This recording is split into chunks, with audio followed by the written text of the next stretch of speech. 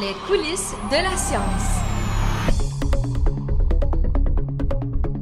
Invité à titre de conférencier au Collège d'Alma, le designer en système écologique, permaculteur et chef jardinier au Jardin collectif de Saint-Jérôme, Wen Roland, a tenté de faire comprendre toute l'importance de modifier nos habitudes écologiques et d'implanter la permaculture au Québec. L'équipe des coulisses de la science a rencontré M. Roland afin d'en apprendre plus sur le sujet. En premier lieu, Wen Roland a expliqué en quoi consiste exactement la permaculture. Ça consiste en une science de design qui est basée sur l'observation de la nature. Et ça suit une éthique très simple qui va comme suit. Prendre soin de la terre, prendre soin des gens et créer l'abondance afin de s'assurer de la redistribuer de façon équitable. La permaculture, ses origines sont de l'Australie. C'est deux personnes qui sont à l'origine du concept et du mot. Bill Mollison et David Holmgren. Bill était le professeur de David. David, c'est une personne très astucieuse, très intelligente. Bill, c'est un homme très charismatique qui a beaucoup étudié les systèmes naturels.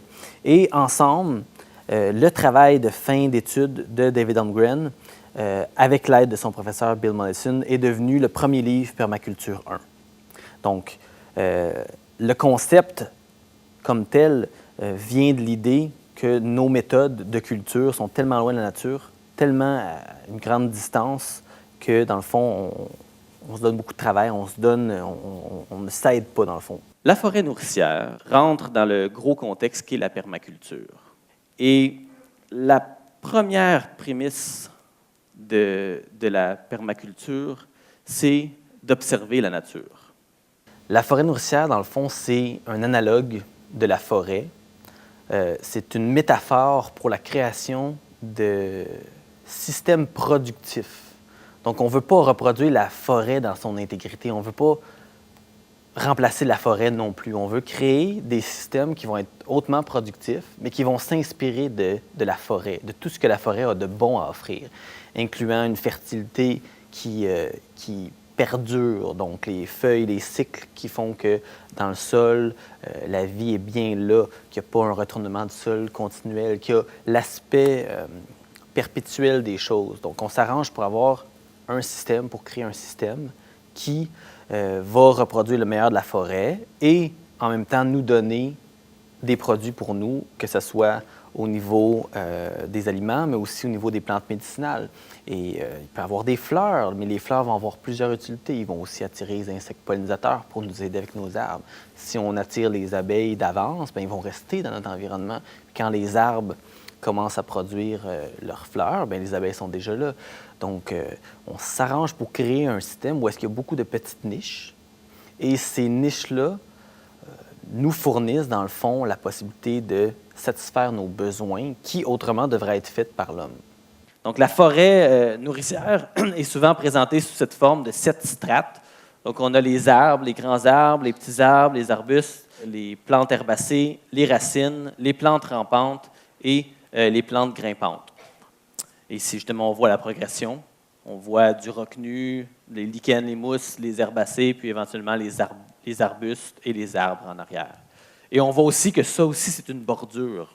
Et plus on avance vers le système, entre les deux, où est-ce qu'il y a les arbustes, il y a plus de variété, il y a plus de diversité. Dans le côté où est-ce qu'il y a juste les mousses et la roche, il n'y a pas beaucoup de diversité. De l'autre côté, bien, ça semble être juste des pins, des sapins. Donc, entre les deux, il y a plus de variété. Pour démarrer un processus de forêt nourricière sur une zone qui a été coupée, ça resterait à voir avec le type d'arbre qui était présent, avec ce qui est présent. Si on s'en va dans une zone où est-ce que c'était justement des conifères qui étaient en place, on se retrouve à avoir une zone qui est généralement plus acide, qui n'est pas nécessairement appropriée pour la majorité des espèces qui nous intéressent.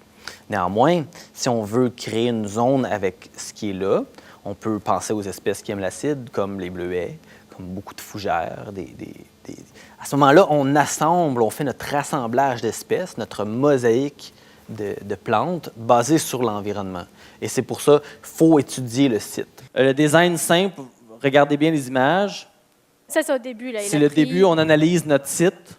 Donc, on regarde où sont les vents froids, quelle est la pente, slope, Le champ a été ouvert. Il y a une bordure je ne me rappelle plus, ça doit être des cèdres, des tuyas.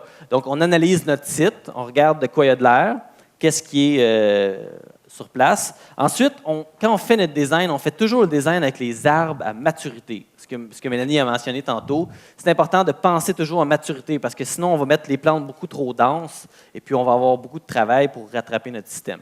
Donc, on voit à maturité et après ça, on descend tranquillement, année en année. On fait plusieurs plans. Moi, souvent, je dis 3 plans. À maturité, à mi-succession, au milieu, avant que les plants soient trop gros, et au début. Évidemment, si on peut, on prépare le sol. On prépare notre zone, on s'assure que notre sol est bien fertile avec du compost et un bon taux de matière organique.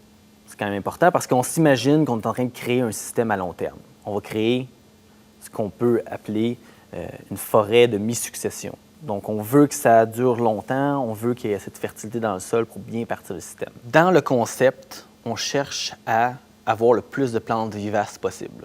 Évidemment, présentement, les plantes qui sont nourricières dans notre climat, parce que si on s'en va dans les tropiques, c'est tout autrement, il y a beaucoup de plantes nourricières, sont grandement des annuelles dans notre climat. Donc, évidemment, dans toute forêt nourricière, si on veut avoir des annuelles, on peut en avoir, on va dédier des zones. Souvent, ça va être en bordure ou à l'intérieur de la forêt. Donc, à l'intérieur de la forêt, c'est un des meilleurs endroits puisqu'on a créé un brise-vent, on a créé un microclimat. Souvent, il peut y avoir un bassin qui n'est pas très loin. Et puis, dans cette zone-là, là, on va faire des plates-bandes de légumes annuels qui, eux, vont être hautement productifs, vont profiter de tous les avantages de la forêt et vont aussi bénéficier du microclimat, particulièrement les vents. Au Québec, une de nos plus grandes problématiques, c'est les vents qui nuisent beaucoup à nos cultures. Juste d'avoir un brise-vent, ça aide beaucoup. Et dans ce contexte-là, ils sont tout entourés. Et puis, si la forêt est bien designée, bien conçue, il va y avoir les arbres plus hauts au nord et puis des arbres un peu plus bas vers le sud, des arbustes. Donc, une certaine graduation. Le soleil d'été va pouvoir passer facilement et se rendre vers les plates-bandes. Encore là, c'est des concepts qui restent à tester à grande échelle. Ça se fait dans d'autres pays. Au Québec, malheureusement, le mouvement a un bon élan, mais ça reste à voir. Donc, les gens qui font de l'agriculture biologique, en fait, c'est nos meilleurs alliés si on veut expérimenter, pousser un peu plus loin nos techniques. Parce qu'eux, ils ont déjà un environnement où est-ce qu'ils ont décidé d'éliminer les éléments nuisibles, polluants. Maintenant, nous, on peut possiblement, les permaculteurs, leur apporter une manière d'arrêter de se casser le dos puis de vivre des années difficiles. Parce que c'est vraiment pas facile. Donc, utiliser la nature, intégrer leur système au lieu de ségréguer, de séparer les choses, que chacun ait leur petite partie. Voir comment il pourrait se passer des tracteurs, de la machinerie qui est quand même assez lourde, qui consomme beaucoup de pétrole, qui dans le fond, qui coûte cher aussi. On s'endette quand on achète ça. Donc, on essaie de produire adéquatement pour payer notre équipement. Mais si on n'avait pas à se payer l'équipement, on aurait peut-être moins à travailler pour bien vivre. Donc, c'est un petit peu là. Il y a un aspect philosophique qui est assez puissant.